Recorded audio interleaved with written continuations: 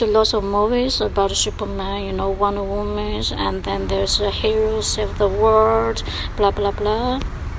It is a kind of fantasy, but to be honest, it's a superpower means a lot. I know in this world there are still lots of people who might be living a better life with a little bit of help from other people, or has a greater resources, or get some empathy from other people. As a doctor, I really put myself in other people's shoes too often, which make me suffering a lot. I know I can be a great doctor. I can be very professional. I can treat my patients. I also believe deeply that I can do even more than that. I want to be a scientist because I want to find out some solutions for the patients who are suffering from cancer. So this is another decision I made in my life on my own. I started my PhD program in Erasmus Medical Center at 2013. I know study abroad is only a step towards my goal. It's not my goal itself. Learn as much as possible. I want to do as much as possible.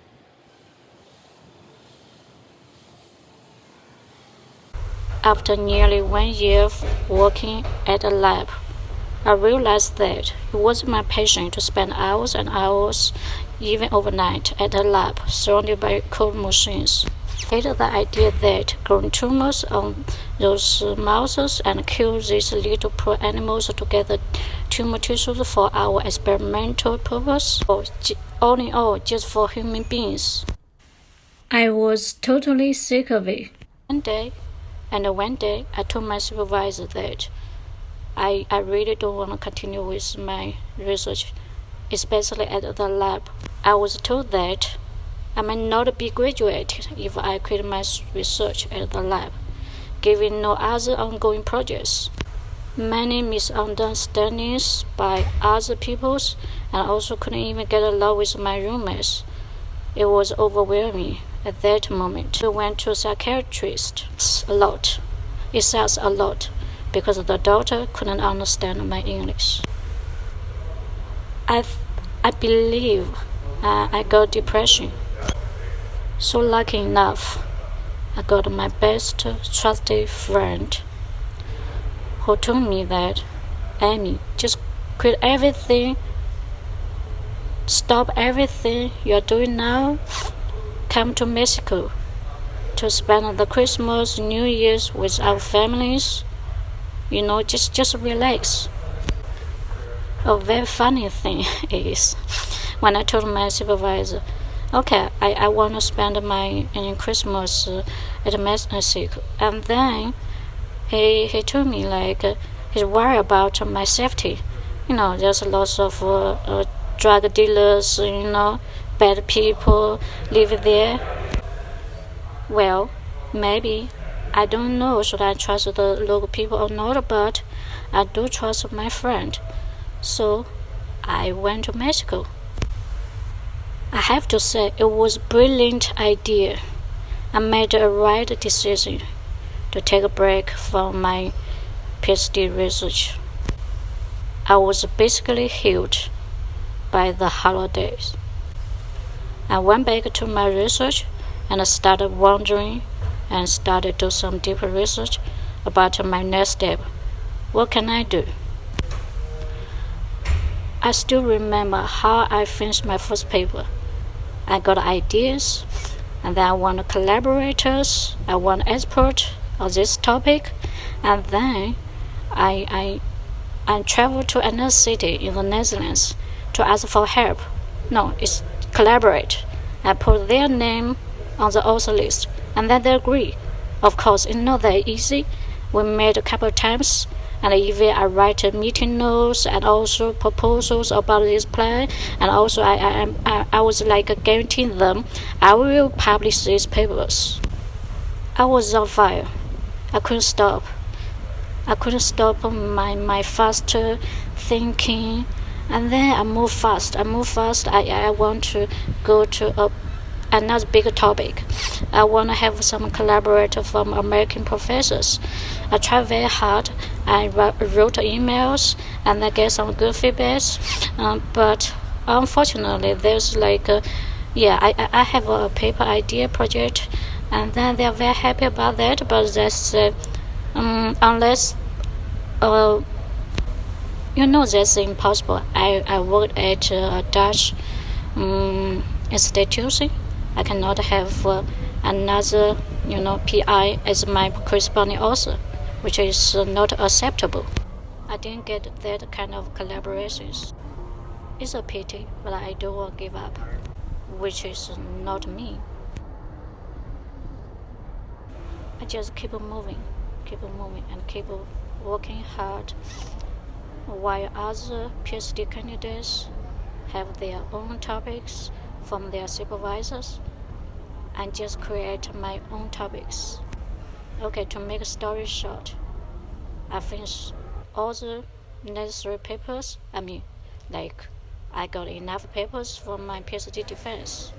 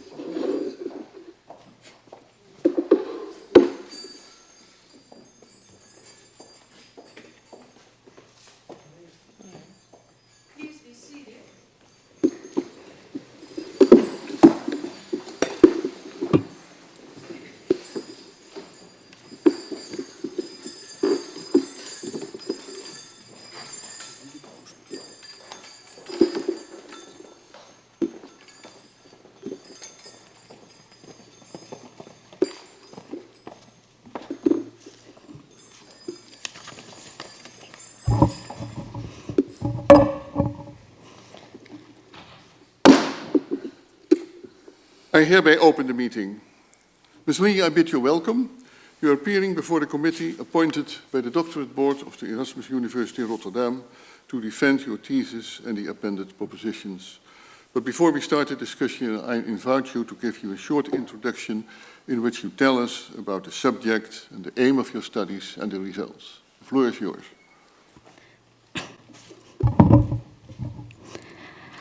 Dear Chairman, highly learned opponent, very learned opponent, my promoter, my supervisor, dear colleagues, dear friends, dear my mom and pop, and my dearest friend Raul, thanks all for coming to my defense. My defense title is Viral Infection and Hepatocellular Carcinoma.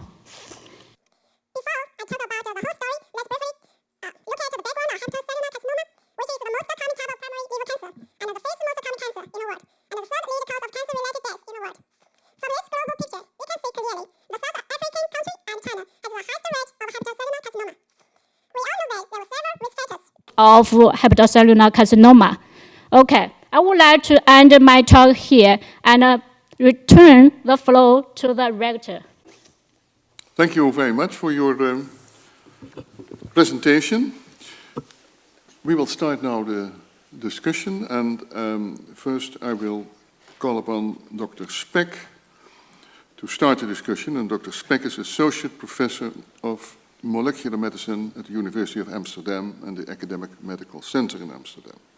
Dank u wel, meneer de rector. Dear Mrs. Candidate, it was a pleasure to read your thesis.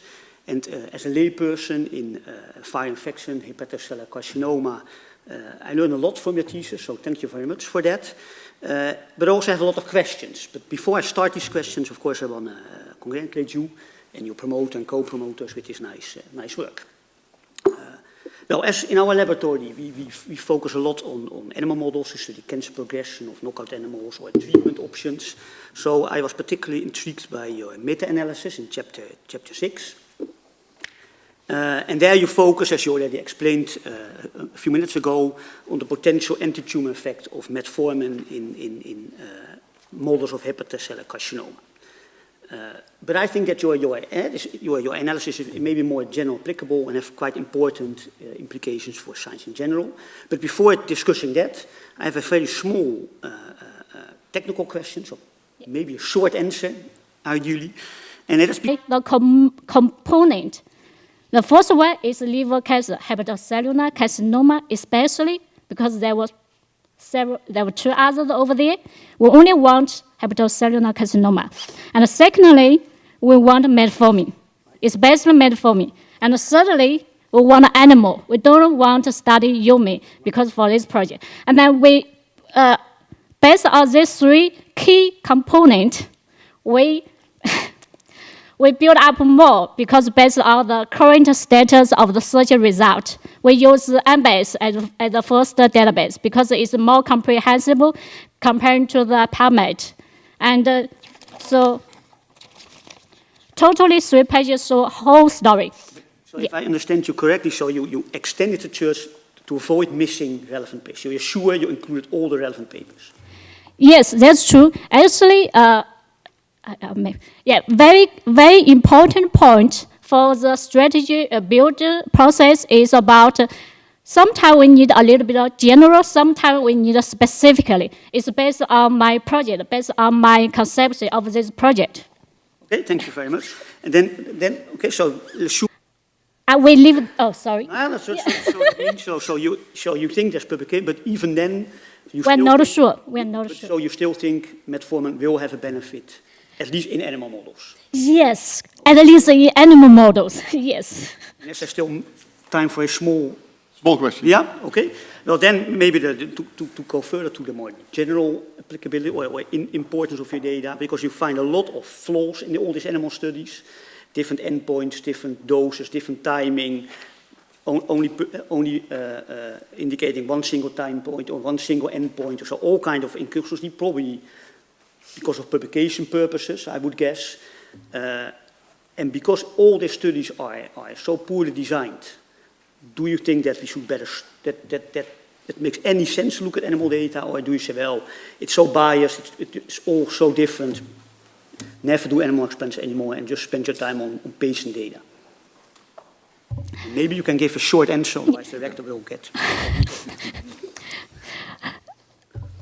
This meta-analysis is based on animal study, which is quite that common and popular among many other research fields. I did this is because animal study is quite important before we do some preclinical study on the patients, especially for the metformin, because we observe the potential anti-cancer effect of metformin is among the observational studies, and then we carry on to the animal study, which make a lot of sense. And then we want to know whether there's the overall effect was a pattern. And then we want to suggest people, should you continue with other animal study, which is also quite expensive, although it's a little bit cheaper than the patient. But yeah, this is, yeah. Okay, so you still think animal models are useful to do? Are useful for... I'm glad to hear yeah. Thank you. The discussion will be continued by Professor Borenstein, Professor of Medical Genetics at the French National Institute of Health and Medical Research in Paris. Thank you, Mr. Rector, for the nice introduction. Dear Mrs. Candidate, I would like first to congratulate you, to congratulate your promoters and your co-promoters for this thesis. What I liked especially in this subject is that you challenged generally well-accepted beliefs, and challenging them scientifically, addressing those beliefs is actually the essence of science, so congratulations for that. I would like to discuss with you a little bit more about the chapter 2 of your thesis. You evaluated the potential of caspase-cleaved cytokeratin 18 as a biomarker for the severity of the liver disease in hepatitis B. And in page 26, you state in your discussion... Indeed, you have publication bias. Yep. Let's say there is a publication bias. What do you think is the impact in the results? Could you repeat again? Sorry. Yeah. So is the study as you presented, is it possible to detect the mortality due to liver disease if you have a 5% chance of dying each year from liver disease and you look at the number of patients that are under observation? The population that you studied was about 2,500 patients, but eventually you analyzed and you had available data. Mrs. Candidate, the time allowed for the defense of your thesis is over, and the committee will now withdraw to deliberate. And would you please wait here until we return? I adjourn the meeting now.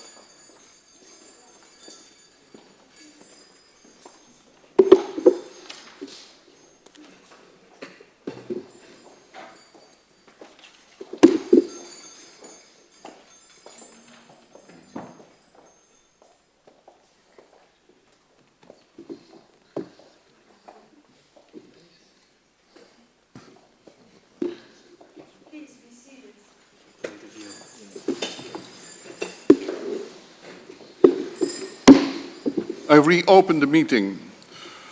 Mrs. Candidate, the doctorate board of the Erasmus University Rotterdam, represented by me, has considered your thesis. And having heard your defense and the advice of this committee, I grant you the title of doctor. And I authorize Professor Peppelenbos to bestow this degree upon you in the customary manner.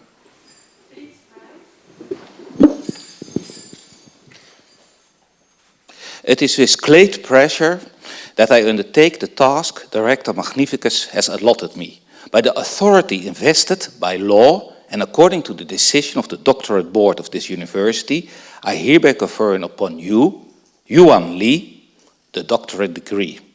As testimony and proof hereof, I present you the diploma, signed by Director Magnificus, promoter, co-promoters, and the other members of the committee, and endorsed with the seal of this university.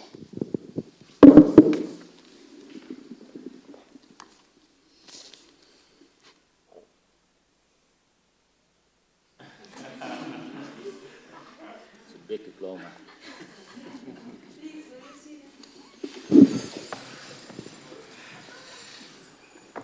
Having performed this task, may I be the first to address you as a doctor and congratulate you on your achievement.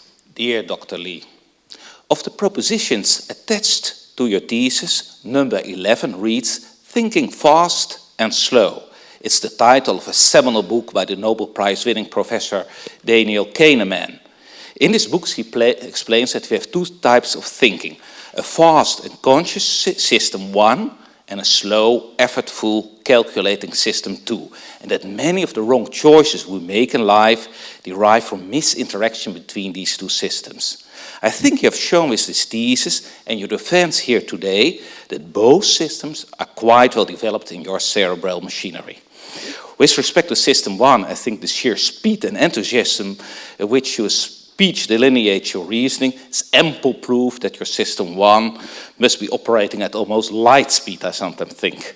Nevertheless, you also seem exquisitely able to avoid the mistakes associated with this system 1. Daniel Kahneman describes in his book the Amy problem.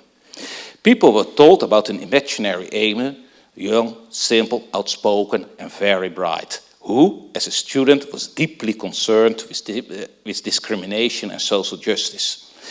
They asked whether it was more probable that Amy is a scientist or that she is a scientist and an active feminist. The overwhelming response was that feminist scientist was more likely than scientist, violating the laws of probability. Every feminist scientist is a scientist, not every scientist is a feminist scientist. You could, of course, never have made this mistake. Indeed, one could argue that what you do in chapter 5 on the ethnical disparity deals actually with similar problems as was described here with Daniel Kahneman. With your work, you avoid attribute substitution errors and you show that your system 1 and 2 can work admiringly together to arrive at correct conclusions, and often quite fast as well. However, it's not only your brightness and intelligence which led you to realize this magnificent and dazzling thesis. You say it yourself. At least you let Albert Einstein say it for you. Your proposition number 6 says, genius is 1% talent and 99% hard work. And hard work you did, producing and analyzing your data. And when you were not happy with the result, you have the unusual ability of starting out all over again.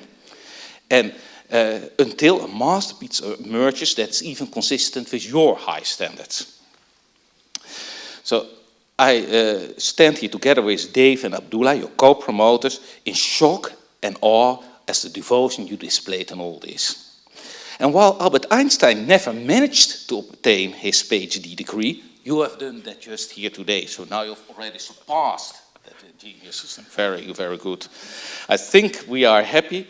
You specialized actually in clinical studies and not in making atom bombs, because then the results must have been truly calamitous, I think, if you would have done that. So and that brings me to a very positive aspect of you. Your true desire to mean something for humankind. I think this thesis is already a good start, but I'm sure you will do very well in life, and that we shall hear a lot about you in the coming decennia. But then you will bask greatness on top of the Olympus, think that it all started here in Rotterdam. And maybe you can then even spend a few thoughts by that time your undoubtedly oblivious promoter. Dear Dr. Lee, it was a privilege to have you here with us and see you develop in such a remarkable way. I'm very proud of what you have achieved, and I hope you will also remember this wonderful day as one of the great moments in your life. With that, I give the word back to the rector. Thank you, Dr. Lee. I also have the pleasure, on behalf of the doctorate board of our university, to congratulate you on having obtained your doctorate degree. I have here a small present of the doctorate board. Probably you know, it's the silver pin. It's a miniature of the top of the ceremonial staff of the beadle. I wish you all the luck with your further scientific work. And now I formally declare this meeting closed.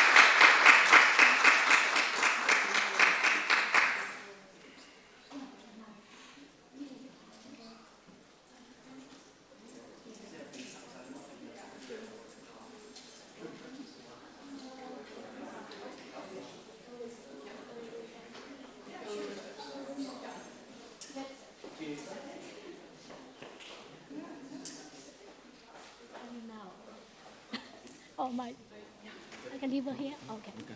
I put it in my head.